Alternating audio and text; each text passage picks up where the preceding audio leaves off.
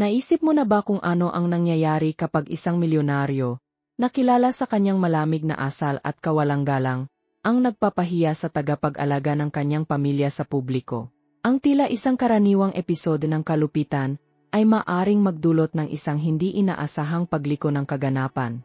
Sa kwentong ito, susundan natin si Rafael Valente, isang lalaki na ang kayabangan ay nagdulot sa kanya na balewalain ang tunay na halaga ng mga tao sa kanyang paligid. Gayunpaman, nang magdesisyon siyang umuwi ng mas maaga, ang kanyang matutuklasan ay sumasalungat sa lahat ng kanyang akala tungkol sa respeto at pagkatao. Maghanda para sa isang kapanapanabik na paglalakbay na nagbubunyag kung paano ang isang simpleng kilos ay maaring ganap na magbago ng pananaw ng isang tao, at kung paano ang sakit ay maaring magbukas ng mga mata sa kung ano talaga ang mahalaga. Tuklasin kung paano ang pagpapakumbaba at pagkilala ay maaring umusbong mula sa pinaka hindi inaasahang sitwasyon, at kung paano ang tunay na yaman ay nahahayak kapag hindi inaasahan. Huwag palampasin ang kwentong ito na nangangakong apektuhin ang iyong puso at babaguhin ang iyong pananaw tungkol sa tunay na halaga ng mga tao. Manatili sa amin at tingnan kung paano ang isang kamanghamanghang pagliko ng mga pangyayari ay maaring magturo ng pinakamalalim na aral sa buhay. Kung hindi ka pa nakasubscribe, mag-subscribe na ngayon upang hindi mawalan ng anumang isa sa aming mga kapanapanabik na kwento. Huwag palampasin ang mga inihanda namin para sa iyo. Ang pag-angat ng milyonaryo, Rafael Valente. Si Rafael Valente ay palaging may malalaking pangarap. Mula pa sa kanyang kabataan, siya ay naglaan ng oras sa pag-isip ng araw kung kailan ang kanyang pangalan ay magiging kilala sa buong mundo, hindi lamang bilang isang negosyante, kundi bilang isang tunay na magnet. Lumaki siya sa isang simpleng baryo, kung saan ang kanyang ama ay isang masigasig na mekaniko, at ang kanyang ina ay isang masipag na sewer. Sa kabila ng pinansyal na limitasyon, itinuro sa kanya ng kanyang mga magulang ang halaga ng sipag at tiyaga. Ang ambisyon ni Rafael ay napakalaki. Nang matapos niya ang kanyang kursong ekonomiya na may karangalan, nagpasya siyang hindi lang maging isa sa maraming tao. Gusto niyang magtayo ng isang imperyo. Sa isang katamtamang panimulang puhunan, sinimulan niya ang kanyang landas sa stock market. Ang mga unang taon ay mahirap, at madalas na nagtatrabaho si Rafael hanggang sa madaling araw. Isinasakripisyo ang oras kasama ang mga kaibigan at pamilya. Ngunit ang kanyang determinasyon ay hindi matitinag. Unti-unti, ang pagsisikap ay nagbigay ng mga bunga. Naging kilalang pangalan si Rafael sa mundo ng pananalapi. Lumago ang kanyang mga negosyo, tumaas ang halaga ng kanyang mga stock, at nag-ipon siya ng isang kahangahangang kayamanan. Dahil dito, nagbago ng malaki ang kanyang pamumuhay. Bumili siya ng isang marangyang mansyon, mga marangyang sasakyan, at nagsimulang dumalo sa mga high society na mga kaganapan. Gayunpaman, kasama ng tagumpay ay dumating ang isang pagbabago sa kanyang personalidad. Si Rafael, na ngayon ay isang milyonaryo, ay naging mas malayo at malamig. Ang kayamanan at status sosyal na dati ay simbolo ng tagumpay ay naging tanging focus niya. Mas interesado siya sa negosasyon ng mga napakalalaking halaga kaysa sa pagbuo ng personal na relasyon. Ang mundo sa kanyang paligid ay naging entablado para ipakita ang kanyang kapangyarihan at kayamanan, at madalas niyang nararamdaman ang pagiging nakatataas sa mga tao na itinuturing niyang mas mababa. Siya ay kilala sa kanyang hindi magiliw na pag-ugali at pagmamalaki. Ang kanyang malamig na asal ay halata sa lahat ng nakakakilala sa kanya. Ang mga empleyado ng kanyang kumpanya ay tinitingnan si Rafael bilang isang walang awa na boss, na hindi nagdadalawang isip na ipakita ang pagkamakawala sa pinakamaliit na pagkakamali. Wala siyang pasensya para sa mga pagkukulang ng iba, ni para sa mga problema na hindi direktang konektado sa kanyang pinansyal na interes. Sa bahay, hindi masyadong naiiba ang sitwasyon. Tinitingnan ni Rafael ang kanyang mga empleyado, tulad ni Ana Luz, ang tagapag-alaga ng kanyang anak na babae, bilang mga piraso lamang ng isang malaking puzzle na tumutulong upang mapanatili ang kanyang buhay na maayos at mahusay. Ang konsepto ng empatiya o pagpapahalaga ay malayo sa kanyang isipan. Para sa kanya, ang halaga ng isang tao ay direktang naugnay sa kanyang kakayahang mag-ambag sa kanyang tagumpay o status. Si Rafael, sa katunayan, ay kasing layo mula sa kanyang marangyang kalagayan. Ang kanyang pag-angat ay kahanga-hanga, ngunit dumating din ito sa isang makabuluhang presyo. Ang kakayahan ni Rafael na mag-ipon ng kayamanan at status ay hindi maikakaila, ngunit ang presyo na binayaran niya ay ang pagkawala ng makabuluhang koneksyon sa tao. Sa kanyang mundo ng karangyaan at pinansyal na kaluwalhasyan, si Rafael ay naging isang tao na ang puso ay kasing lamig ng mga marmol at mahalagang metal na nag-aalab sa kanyang mansyon. Ito si Rafael Valente, ang milyonaryo na nakamit ang mundo. Ngunit ang kanyang mga tagumpay ay naglayo sa kanya mula sa mga bagay na talagang mahalaga, ang mga tao at damdaming nagpapasaya sa buhay. Ang kanyang kwento ng tagumpay, kahit na maliwanag at kahanga-hanga, ay malapit nang magkaroon ng isang hindi inaasahang pagbabago, na pipilitin siyang harapin ang tunay na kahulugan ng halaga at pagkatao. Ang tagapag-alaga, Ana Luz. Si Ana Luz ay isang figura na naglalabas ng init at kabaitan, isang tunay na anghel sa buhay ng mga nakakakilala sa kanya. Wala siyang materyal na kayamanan, ngunit ang kanyang yaman ng puso ay hindi matutumbasan. Nagsimula si Ana sa kanyang paglalakbay bilang tagapag-alaga sa isang mahirap na bahagi ng kanyang buhay. Mula sa isang simpleng baryo, kung saan ang mga araw ay isang patuloy na laban para sa batayang pangangailangan, siya ay nakaharap sa malalaking pagsubok upang makarating doon. Bago maging tagapag-alaga ng pamilya Valente, si Ana ay nagtrabaho sa iba't ibang mga simpleng trabaho. Siya ay isang babae na madaling ngumiti, at kahit na ang mga araw ay mabigat, ang kanyang espiritu ay nananatiling magaan. Ang kanyang pinakabagong trabaho bago maging tagapag-alaga ay bilang sekretarya sa isang maliit na elementaryang paaralan, kung saan tinutulungan niya ang mga bata na matuto at lumago ng may pagmamahal. Sa kabila ng maliit na sahod at mahahabang oras, si Ana ay hindi nagpapakupas na magbigay ng nakakaaliw na yakap o salita ng pampatanggal pagod. Nang lumitaw ang pagkakataon na magtrabaho para sa pamilya Valente, nakita ni Ana ito bilang isang pagkakataon na magbigay ng mas magandang buhay para sa kanyang maliit na anak na si Gabriel. Ang sahod na inaalok ay makabuluhang mas mataas kaysa sa kanyang nakaraang kita, na tila isang ilaw sa dulo ng tunel. Sa kabila ng kaalaman na ang kapaligiran ng trabaho ay magiging mahirap at si Rafael Valente ay kilala sa kanyang malamig na asal, si Ana ay determinadong gawin ang pinakamahusay para sa kanyang pamilya. Mula sa unang araw sa Manso Valente, si Ana ay buong pusong naglaan para sa kapakanan ni Gabriel, ang maliit na anak ni Rafael. Siya ay higit pa sa isang yaya, siya ay isang tunay na kaibigan at tagapayo para kay Gabriel, na nag-alok sa kanya hindi lamang ng pangangalaga, kundi ng tunay na pagmamahal at patuloy na atensyon. Araw-araw, lumikha si Ana ng mga aktibidad na nagpapasigla sa kuryosidad at pagkamalikhain ng bata.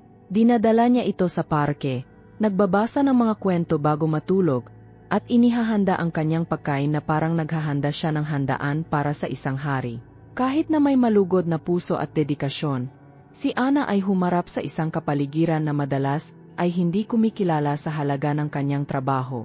Si Rafael Valente ay isang taong nakikita ang yaya bilang isang funksyonal na bahagi ng kanyang buhay, isang kinakailangang bagay sa kanyang bahay upang matiyak ang katahimikan ng kanyang rutina, ngunit hindi nakikita ang tao sa likod ng papel. Hindi siya kailanman huminto upang kilalanin ang pagsisikap at pagmamahal na inilalagay ni Ana sa kanyang trabaho. Para kay Rafael, si Ana ay isa lamang bahagi ng mekanismo ng kanyang maayos na buhay, isang bahagi na madalas ay hindi nakikita. Si Ana ay nakaranas ng maraming personal na paghihirap na hindi alam ni Rafael. Ang buhay ni Ana ay pinangunahan ng serye ng mga laban, mula sa pagkawala ng asawa sa isang aksidente sa sasakyan, hanggang sa pakikibaka, para bayaran ang mga utang at palakihin ang kanyang anak ng mag-isa. Kahit na sa lahat ng mga pagsubok na ito, sinisikap niyang panatilihing positibo ang kanyang saloobin at gawin ang pinakamahusay para kay Gabriel. Ang kanyang mga araw ay mahahaba at nakakapagod, at madalas na siya ay umuwi sa kanyang maliit na bahay na pagod, ngunit palaging may ngiti para sa kanyang anak. Hindi nagrereklamo si Ana at hindi naghahanap ng pagkilala. Ginagawa niya ang kanyang ginagawa dahil naniniwala siya sa kapangyarihan ng tunay na pagmamahal at pag-aalaga. Ang ngiti ni Gabriel tuwing siya ay gumigising, ang ligaya sa kanyang mga mata kapag nakikita siya, ay ang kanyang gantimpala. Alam niyang ang kanyang trabaho ay hindi lamang isang propesyon, kundi isang misyon sa buhay. Ang kanyang puso ay pumapalakpak sa bawat kilos ng pagmamahal at atensyon na ibinibigay niya sa bata. At kahit nasa harap ng kawalang pakialam ni Rafael, si Ana ay nananatiling may dignidad at malasakit. Sa kapaligiran ng kayamanan at kapangyarihan, si Ana Luz ay ang malambot na liwanag na nagbibigay liwanag sa araw ni Gabriel sa kanyang presensya. Siya ay isang puwersa ng kabutihan sa isang mundo kung saan madalas na ang halaga ng tao ay nalilimutang harapin sa walang humpay na paghahanap ng tagumpay at status. At kahit na ang pagkilala mula kay Rafael ay tila malayo, ang epekto ni Ana sa buhay ni Gabriel ay hindi masukat at tunay.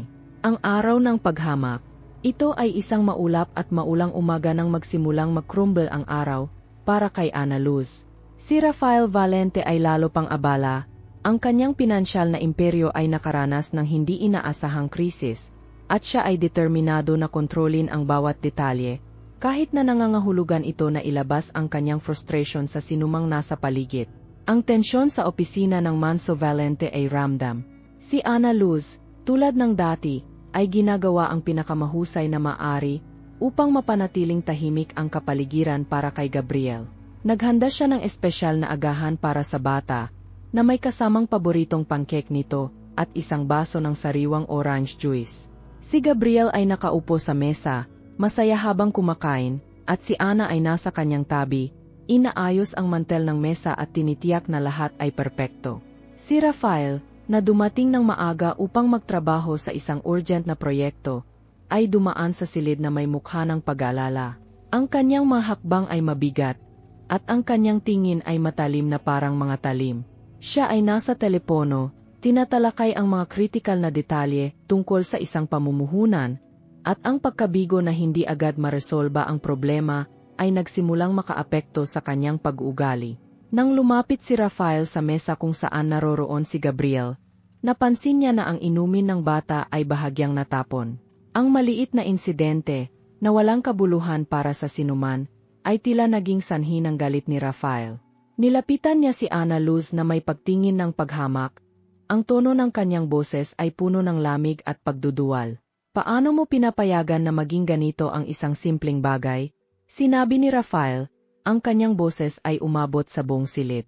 Hindi mo maasikaso na hindi matapon ang juice ng anak ko? Ito ay hindi katanggap-tanggap.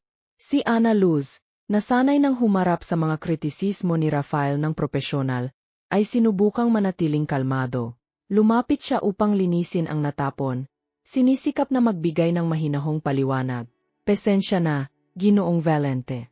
Ito ay aksidente, at inaasikaso ko na. Sisiguraduhin kong hindi na ito maulit. Ngunit ang pagtatangkang ni Ana na mapawi ang sitwasyon, ay nagpalala lamang ng galit ni Rafael. Itinaas niya ang kanyang boses, kaya't lahat sa silid ay narinig ang kanyang mga salita. Hindi ito tungkol lamang sa kaunting natapon na juice.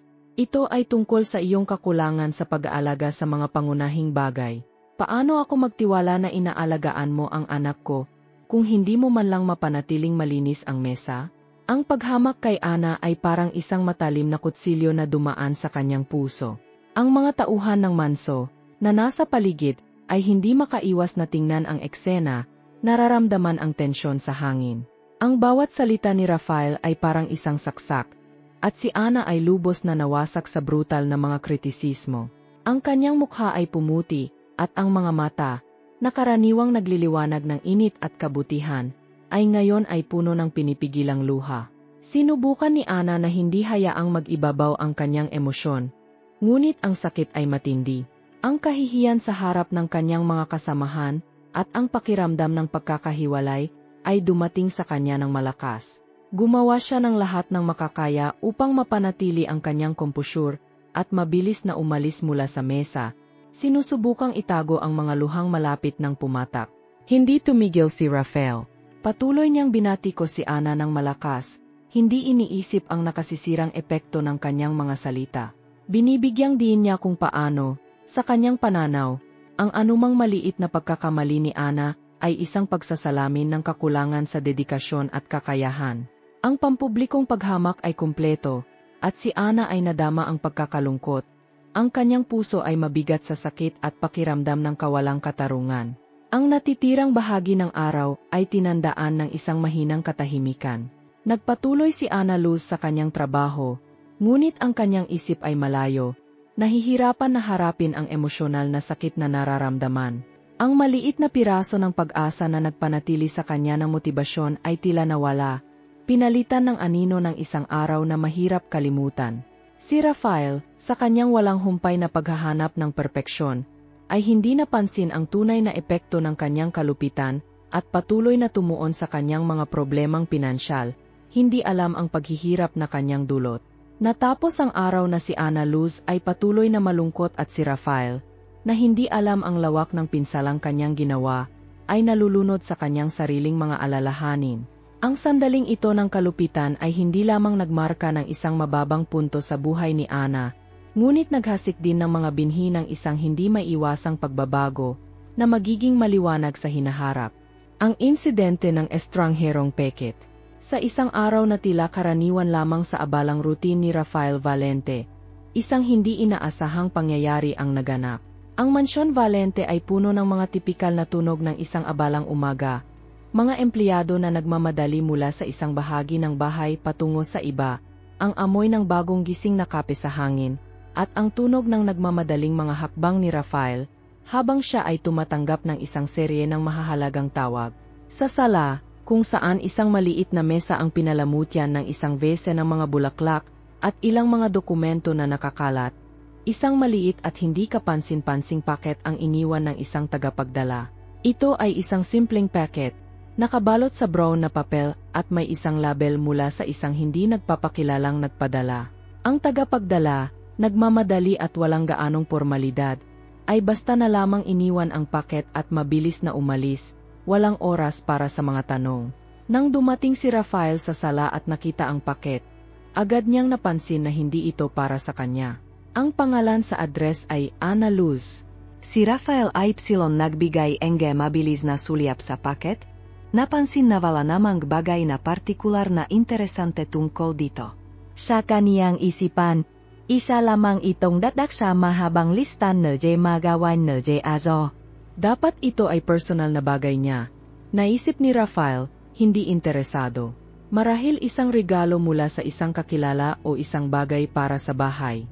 Kinuha niya ang paket gamit ang dulo ng kaniyang mga daliri at inilagay ito sa ibabaw ng isang tambak ng mga papel sa mesa, sa tabi ng iba pang mga dokumento na nandiangailangan ng kaniyang pansin.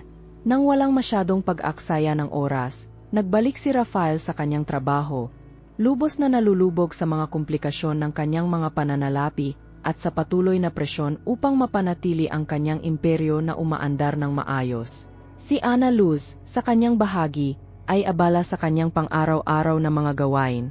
Tinutugunan ang mga pangangailangan ni Gabriel at tinitiyak na ang lahat ay nasa maayos na kalagayan. Hindi niya kaagad napansin ang paket. Abala sa paghahanda ng tanghalian ng bata at pagtitiyak na ang routine ay tahimik. Ang kanyang isipan ay nakatuon sa mga bagay na mahalaga sa kanya, tulad ng paggawa ng araw ni Gabriel na pinakamasaya hanggat maaari. Nang maglaon, nang magkaroon ng sandali si Ana, natagpuan niya ang paket. Siya ay dumaan sa sala nang ang kanyang mga mata ay napadpad sa naiwang item sa ibabaw ng mesa. Na-curious, lumapit siya at kinuha ang paket. Napansin ang simpleng balot at ang katotohanan na walang malinaw na nagpadala. Sa isang hininga ng pagkamausisa na may halong kaunting pagkabahala, nagpasya si Ana na buksan ang paket. Nakaramdam siya ng kakaibang pakiramdam ng inaasahan, habang binabalot ang brown na papel. Sa loob ng paket, natagpuan niya ang isang maliit na notebook na may matibay na pabalat, luma at medyo gasgas, at isang liham na nakasulat ng kamay. Ang liham ay mansa at may kaligrapiya na medyo magulo, ngunit ang sinasabi nito ay nagpasabik sa puso ni Ana. Ana, hindi mo ako kilala? Ngunit marami akong nalalaman tungkol sa Ipsilono at sa iyong mga pinagdaranan. Ang notebook na ito ay pag-aari ng isang tao na dumaan sa mga katulad na pagsubok. Umaasa akong makahanap ka ng kapanatagan at karunungan sa mga pahina. Huwag kang mawalan ng pag-asa, ang iyong kabutihan ay gagantimpalaan. Sa pagmamahal, isang taong nagmamalasakit. Si Ana, na medyo nanginginig ang mga kamay, ay binuklat ang notebook. Ang mga pahina ay puno ng mga tala, mga pag-isip at mga pagmumuni-muni tungkol sa buhay.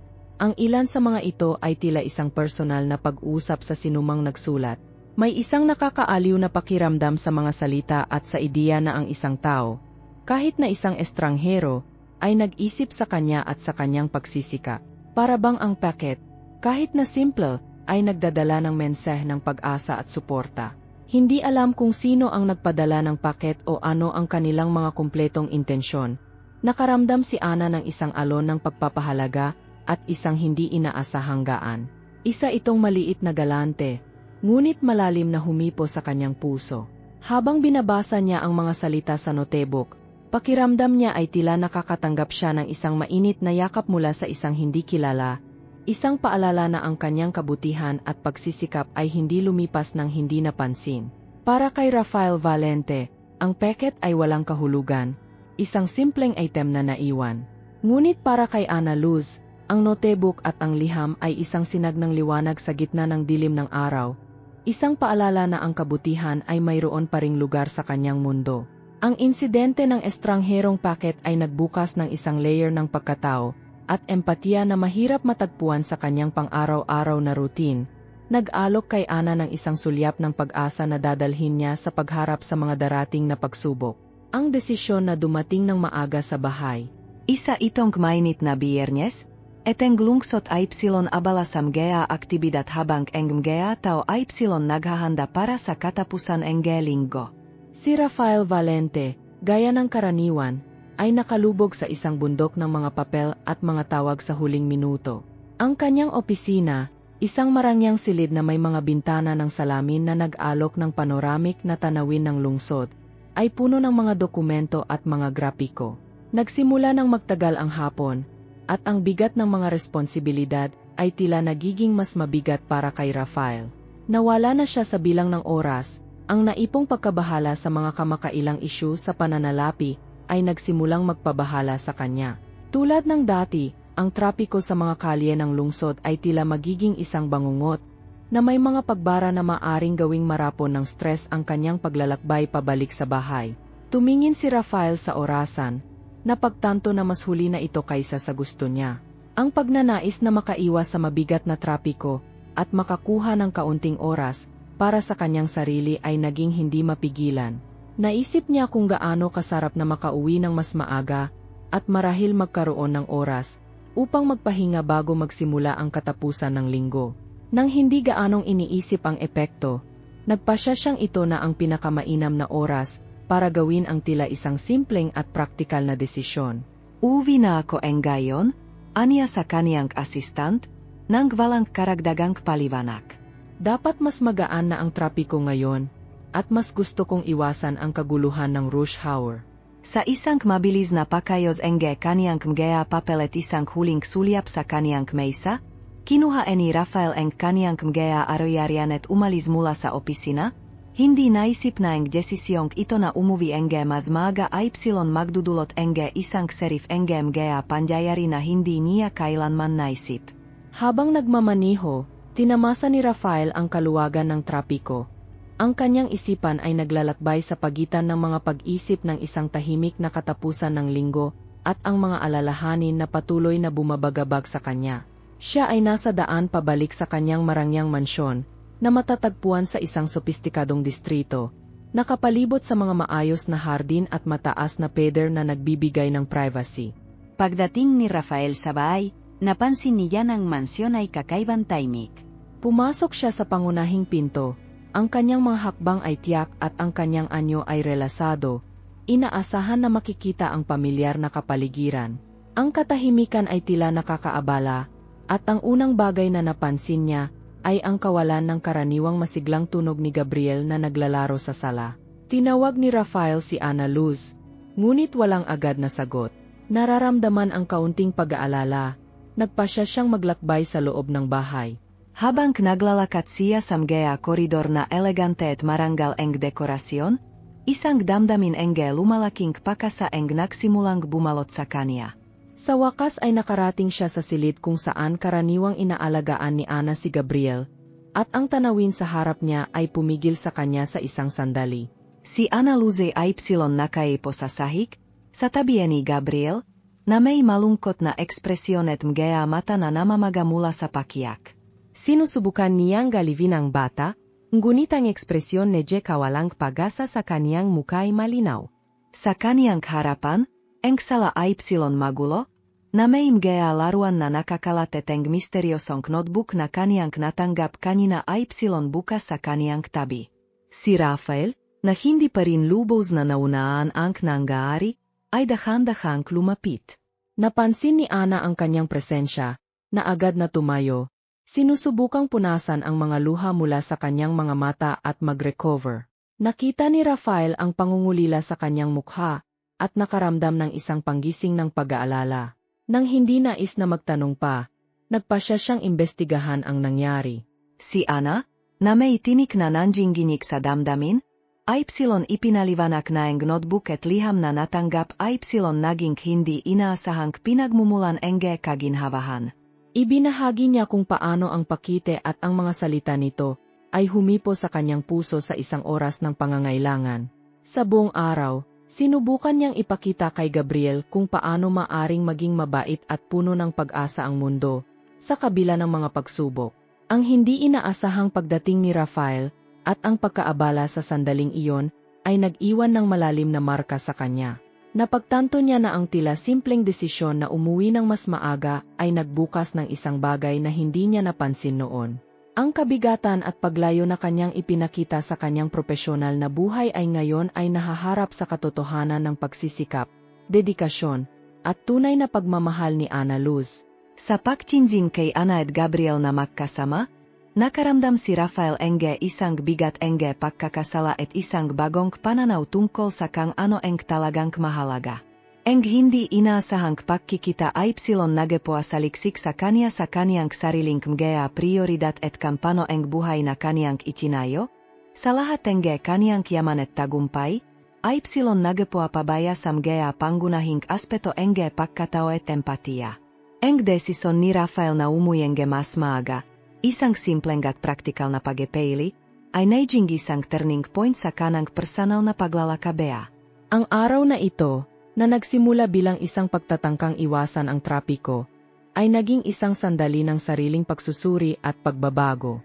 Napagtanto niya na, paminsan-minsan, ang pinakamaimpluwensyang mga pagbabago sa buhay ay nagmumula sa mga pinakahindi inaasahang at tila walang halaga ng mga pagpili. Ang pagpapahayag ang gepeikte. Pumasok si Rafael Valente sa kaniyang mansyon na ang bigat ang mga alalahanin ang araw ay nagsimulang maglaho, ang gunit isang halo ang sorpresa at kuriosidad ang pumuno sa kaniya ng malala ang pakete na iniwan para kay Ana Luze. Nang tumawid siya sa hall ang pagpuasok, ang tinjine ni Rafael ay nahulog sa pakete na nananatiling nakapatong sa mesa, eksaktong kansaan niya ito iniwan ang ilang oras bago. Ngayon, na ang bahay ay nasa isang estado ng halos reverent na katahimikan, nagpasya si Rafael na oras na upang matupad ang kanyang kuryosidad tungkol sa maliit na pakit. Sa isang tiyak na galaw, lumapit siya sa mesa at kinuha ang pakit. Ang unang bagay na kanyang napansin ay ang kasimplihan ng balot. Ang papel na brown ay nakatiklop sa ilang bahagi, at ang sticker na may pangalang Ana Luz ay tila medyo nakalantad. Nag-atubili si Rafael ng sandali, iniisip kung dapat nga ba niyang buksan ang pakete. May isang bagay sa sitwasyon na tila mas nakakaintriga kaysa sa kaniyang unang inaasahan. Sa wakas, sa isang firm na galaw, sinimulan niyang buksan ang pakete. Ang papel na brown ay nagkahiwa-hiwalay sa kaniyang mga kamay, na naglalantad ang isang malit na kahon ang kahoy. Ang tapyasan ng kahon ay simple. Ngunit ang kahoy ay tila may isang mayaman at makintab na texture. Nakaramdam si Rafael ng isang panggising na kuryosidad, habang hinihila ang takip ng kahon palabas. Sa loob ng kahon ay may isang notebook na tumanda. Ang madilim na balat nito ay nagpapakita ng mga malinaw na palatandaan ng paggamit.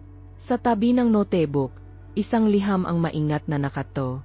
Si Rafael na may bahagayang napabilis na paginga, ay kinahang liam muna by Nexon ito. Ang papel ay manipis at dala-dala. Adong sulit kame ay malano at tumpak. Mohol kong ena. Kan binabasa emo ay tiyo, nanggangahulugan na natakpuan emo anay kun regalo. Ang notebook na ito ay aking kasama sa mga pinakamasalimuot na panahon ng aking buhay. Narito ang aking mga pag-isip at pagmumuni-muni. Isinulat upang matulungan akong makahanap ng pag-asa kapag lahat ay tila nawawala. Umaasa ako na maaari itong magbigay sa YNG counting clavanak na ibinigay nito sa akin. Tandaan, kahit sa pinakamadilim na oras, ang kabutihan at pagmamahal ay may kapangyarihang magbago. NJ may patmaman, isang hindi kilalang kaibigang. Binasa ni Rafael ang liham ng maingat, nararamdaman ang bigat enge introspeksyon na lumalago sa lupniya. Ang tono ng liham ay mainit at personal, isang bagay na labis na naiba mula sa malamig na pakikitungo na karaniwan niyang ipinapakita. Ang notebook, ayon sa tila, ay may malalim na kahulugan para sa isang tao na, hanggang sa oras na iyon, ay nanatiling isang kumpletong misteryo. Pagkatapos, binuksan niya ang notebook at pinaginipan ang ilang mga pahina. Ang mga pahina ay puno ng mga manuskripto na nag-iba mula sa mga pilosopikal na pag-isip, pagmumuni-muni tungkol sa buhay, at maliliit na personal na kwento. Mayroon din mga maringal na ilustrasyon at mga guhit na tila ginawa na may labis na pakalaga at panshin. Sa isang pahina, may isang partikular na touching na inscription. Ang tunay na yaman ay hindi nasusukat sa kung ano ang mayroon tayo, kundi sa kung gaano natin naabot ang puso ng iba. Nagsimulang maunawaan ni Rafael na ang pakite, kahit na tila simple sa unang tingin, ay naglalaman ng isang bagay na mas makabuluhan. Ang notebook ay kumakatawan sa isang pinagmumulan ng karunungan at kaginhawahan, isang regalo na malalim na personal at maingat na pinili. Nagsimula siyang magmuni-muni tungkol kay Ana Luz sa isang ganap na bagong paraan. Si Ana Luz, ang babae na madalas na tinitingnan lamang bilang isang tagapag-alaga, ay tumanggap ng regalo mula sa isang tao na nakita siya at pinahahalagahan ang kanyang mga katangian sa paraang hindi pa naisip ni Rafael. Ang kilos ng hindi kilalang nagpadala ng pagbibigay ng napaka-personal na notebook kay Ana Luz ay nagsalita ng malalim tungkol sa positibong impluensya na mayroon siya sa mga tao sa kanyang paligid, kahit na hindi ito napansin ni Rafael noon. Habang binabalik ni Rafael ang kanyang mga iniisip kay Ana Luz, nagsimula siyang magmuni-muni sa kanyang sariling mga pag-ugali at asal. Ang pagsisiwalat ng pakite at ng notebook ay nagbigay sa kanya ng bagong pananaw sa pagtingin kay Ana, hindi lamang bilang isang empleyado, kundi bilang isang tao na may kwento at makabuluhang epekto. Ang simpleng pagkilos ng pagbubukas ng pakite ay naging isang katalista para sa pagbabago kay Rafael, na pinilit siyang harapin ang paraan ng pagpapahalaga niya sa mga tao sa kanyang buhay at kilalanin ang epekto ng empatiya at tunay na kabutihan. Sa bagong pangunawa, naramdaman ni Rafael ang lumalaking pagnanais na lapitan si Ana Luz at kilalanin ang kahalagahan na mayroon siya sa buhay ng kanyang pamilya. Ang pakite at ang nilalaman nito ay hindi lamang regalo, kundi isang makapangyarihang aral tungkol sa tunay na yaman at halaga ng koneksyon ng tao. Ang hindi inaasahang pagkikita. Gabi na at tahimik ang Mansyon Valente, na may mga ilaw na dahan-dahang kumikislap sa mga bintana. Si Rafael Valente, na ang isipan ay nag-aalab matapos ang pagtuklas ng pakite, ay nagpa siyang maglakad-lakad sa mga hardin upang linawin ang kanyang isipan. Ang klima ay presko, at ang amoy ng mga bulaklak sa gabi ay nasa hangin, na lumilikha ng isang nakapapawing pagod na kaibahan sa tensyon ng araw. Habang naglalakad si Rafael sa tabing bato na dumadaloy sa mga hardin, napansin niya ang isang malambot na liwanag na nagmumula sa tulsht, sa pinakadulong bahagi ng ari-arian. Ang tulsht ay isang maliit na kanlungan na ginagamit ni Ana Luz para itago ang mga laruan ni Gabriel at ilang mga kagamitan para sa hardin. Nagpa siya si Rafael na tingnan kung ano ang nangyayari. Ang kanyang kuryosidad ay pinukaw ng pakiramdam na mayroong isang bagay na malapit ng malaman. Habang papalapit siya sa tulsht, narinig ni Rafael ang isang malambot na tunog ng musika at mga halakhak na pinipigilan. Tumigil siya sandali, sinusubukang intindihin ang pinagmumulan ng mga tunog. Dahan-dahan niyang binuksan ang pinto ng toolshed, na bahagyang nakabukas, at ang tanawin na lumantad sa kanya ay sabik na umaasa at nakakabagbag damdamin. Sa loob ng tulsht, si Ana Luz ay nakahiga sa sahig, napapalibutan ng grupo ng mga bata mula sa kapitbahay. Sila ay nakaupo sa paligid niya, ang kanilang mga mata ay kumikislap sa pag-asa. Nakasuot si Ana ng isang simpleng kasuotan, at ang kanyang nagniningning na ngiti ay nagbigay liwanag sa paligid. Sa kanyang kamay, hawak niya ang isang libro ng kwento na kanyang binabasa sa mga bata na may ekspresyon ng pagmamalasakit at kasiyahan. Ang mga bata, kabilang si Gabriel, ay lubos na nahumaling sa kwento. Ang libro ay puno ng makulay na ilustrasyon at nagsasalaysay ng isang kaakit-akit na kwento tungkol sa tapang at pagkakaibigan. Si Ana Luz, na may kahangahangang kakayahan, ay nagbigay buhay sa mga salita, dinadramatisa ang mga eksena at ginagaya ang mga tauhan na may ekspresyon at tinig na nahuhulog sa imahinasyon ng mga bata. Nakatayo si Rafael sa pintuan, sinisipsip ang tanawin sa kanyang harapan. Ang mga halakhak at ngiti ng mga bata ay nakakahawa, at napansin niya kung gaano kahalaga ang oras na ginugol nila kasama si Ana Luz. Si Gabriel ay partikular na nasisiyahan, ang kanyang mga mata ay nakatuon sa libro, at isang ngiti ng kaligayahan sa kanyang mukha. Napagtanto niya na si Ana Luz ay higit pa sa simpleng paggawa ng kanyang trabaho. Siya ay lumilikha ng mahalagang mga alaala at bumubuo ng emosyonal na koneksyon sa mga bata.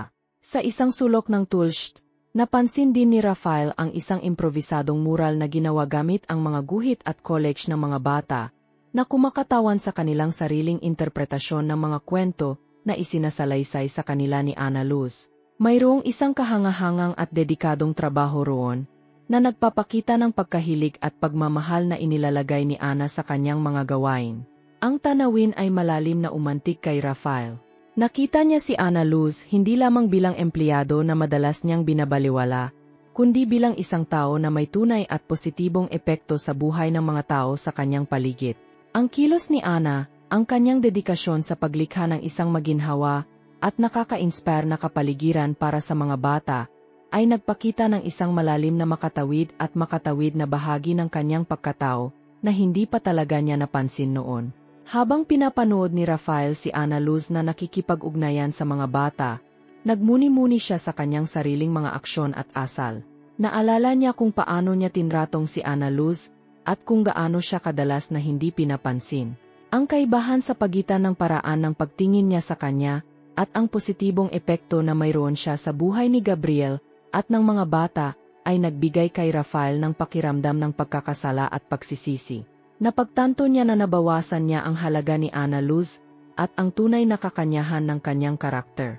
Ang hindi inaasahang pagkikita sa tulsht ay nagbigay liwanag ng bagong landas para kay Rafael.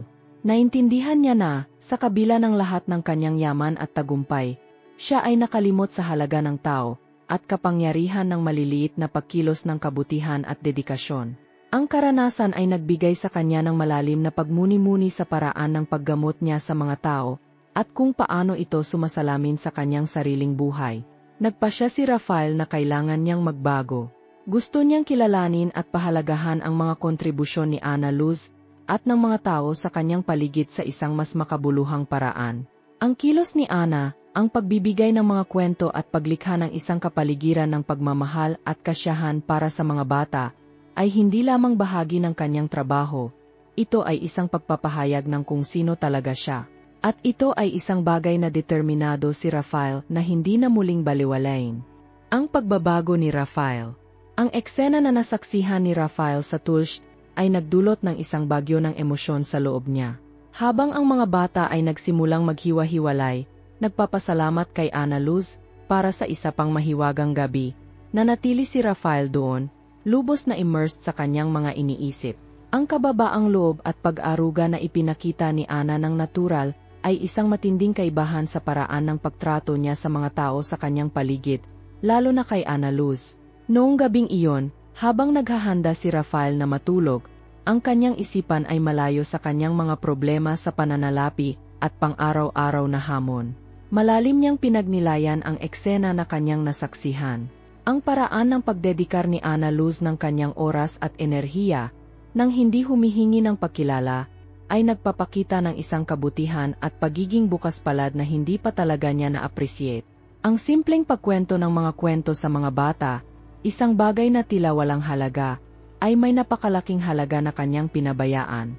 Sa bagong pagtingin, nagpasya si Rafael na kailangan niyang magbago. Naunawaan niya na ang kanyang limitadong pananaw sa tagumpay at kapangyarihan ay nakabulag sa kanya sa tunay na halaga ng mga tao, at ng maliliit na pagkilos na sa katunayan ay may malaking epekto. Determinado siyang ituwid ang kanyang mga asal, at makipagkasunduan sa mga taong kanyang nasaktan. Sa sumunod na araw, nagsimula si Rafael na gumawa ng mga hakbang upang ituwid ang kasalanang nagawa. Ang unang ginawa niya ay hanapin si Ana Luz. Siya ay nasa hardin, inaayos ang ilan sa mga bagay na ginamit ng mga bata noong nakaraang gabi. Lumapit si Rafael na may isang ekspresyon ng sinseridad na hindi pa niya nakikita dati. Naramdaman niya ang isang halo ng nerbiyos at determinasyon habang nagsisimula siyang magsalita. Ana, kailangan kong humingi ng tawad. Nagsimula si Rafael, ang kanyang boses ay puno ng pagsisisi. Gudetay pwugugot, aptoditiva tosda onjbabloa edudejati detibeda. Izwov huitinet obrutiditatid thruda at nyuhuero didited eptejloa onesut. Mali ako sa pagtrato sa iyo ng may paghamak, at sa pagbaliwala sa positibong epekto na mayroon ka. Tumingin si Ana Luz kay Rafael na may isang ekspresyon ng pagkamangha. Ang kanyang mga mata ay nagpakita ng halo ng kuryosidad at pag-ingat. Nagpatuloy si Rafael, ang kanyang boses ay matatag at puno ng sinseridad. Noong nakaraang gabi, nakita ko kung paano ka nagdedikar sa mga bata, kung paano mo nililikha ang isang kapaligiran na puno ng pagmamahal at kasiyahan. Napagtanto ko na ang paraan ng pagtrato ko sa iyo ay hindi sumasalamin sa kahangahangang tao na ikaw. Lubos akong nagsisisi at nais kong baguhin ito. Walang agad na sinabi si Ana Luz. Mukhang iniisip niya ang mga salita ni Rafael, at ang atmosfera sa pagitan nila ay puno ng emosyon. Pagkatapos, gumawa si Rafael ng isang galaw na nagpapakita ng kanyang pagnanais na ituwid ang mga bagay. Nangako siyang taasan ang kanyang sahod at magbigay ng mas magandang kondisyon sa trabaho para kay Ana Luz, pati na rin magbigay ng isang espesyal na bonus bilang pagkilala sa kanyang dedikadong trabaho. Ngunit hindi tumigil si Rafael doon. Nagsimula din siyang ipakita ang tunay na interes sa paglahok ni Ana Luz sa mga desisyon na may kinalaman sa kapakanan ng mga bata. Nag-organisa siya ng mga regular na pagpupulong upang talakayin ang pag-unlad ng mga bata at humingi ng opinyon ni Ana kung paano mapapabuti ang kanilang mga rutina at aktibidad. Habang ipinatutupad ni Rafael ang mga pagbabagong ito, nagsimula rin siyang makipag-ugnayan ng higit pa sa mga miyembro ng koponan at pahalagahan ang kanilang mga kontribusyon. Sinikap niyang mas kilalanin ang mga tao sa kanyang paligid, ipinapakita ang respeto at empatiya. Nagsimula siyang makilahok sa MGA kaganapan at aktibidad ng komunidad, ipinapakita ang tunay na pangako na baguhin ang kanyang dating egosentrikong pananaw. Ang epekto ng mga pagbabagong ito ay naramdaman sa lahat ng aspeto ng kanyang buhay. Napagtanto ni Rafael na sa pamamagitan ng pagtrato sa iba ng may dignidad at konsiderasyon, siya rin ay nakakaramdam ng mas kumpleto at matagumpay. Ang MGA relasyon sa kanyang pamilya at MGA empleyado ay makabuluhang bumuti, at ang atmosfera sa bahay at sa trabaho ay naging mas harmonya. Ang proseso ng pagbabago ni Rafael ay hindi agad-agad. Kinailangan niyang maglaan ng oras upang iakma ang kanyang mentalidad at mga aksyon. Ngunit ang pagsisikap ay nagbunga. Natuklasan niya na ang tunay na yaman ay hindi lamang nasa pera o katayuan, kundi sa paraan ng pagtrato niya sa mga tao, at sa positibong epekto na maaari niyang magkaroon sa kanilang buhay. Si Rafael ay naging isang halimbawa ng kampano ng pagmumuni-muni at pagsisisi ay maaring magdulot ng tunay na pagbabago sa sarili. Ang paglalakbay ng pagbabago ay tumulong sa kanya na maunawaan ang tunay na halaga ng kababaang loob at respeto, at ang kahalagahan ng pagkilala at pagpapahalaga sa kontribusyon ng lahat sa kanyang paligid. Ang kwento ni Rafael ay patunay na hindi pa huli upang magbago, at gumawa ng pagkakaiba sa buhay ng MGA tao sa ating paligid. At sa gayon, ang pagbabago ni Rafael Valente ay nagpapaalala sa atin ng isang bagay na labis na mahalaga. Ang tunay na yaman ay hindi nasusukat lamang sa pera o katayuan, kundi sa paraan ng pagtrato natin sa mga tao sa ating paligid.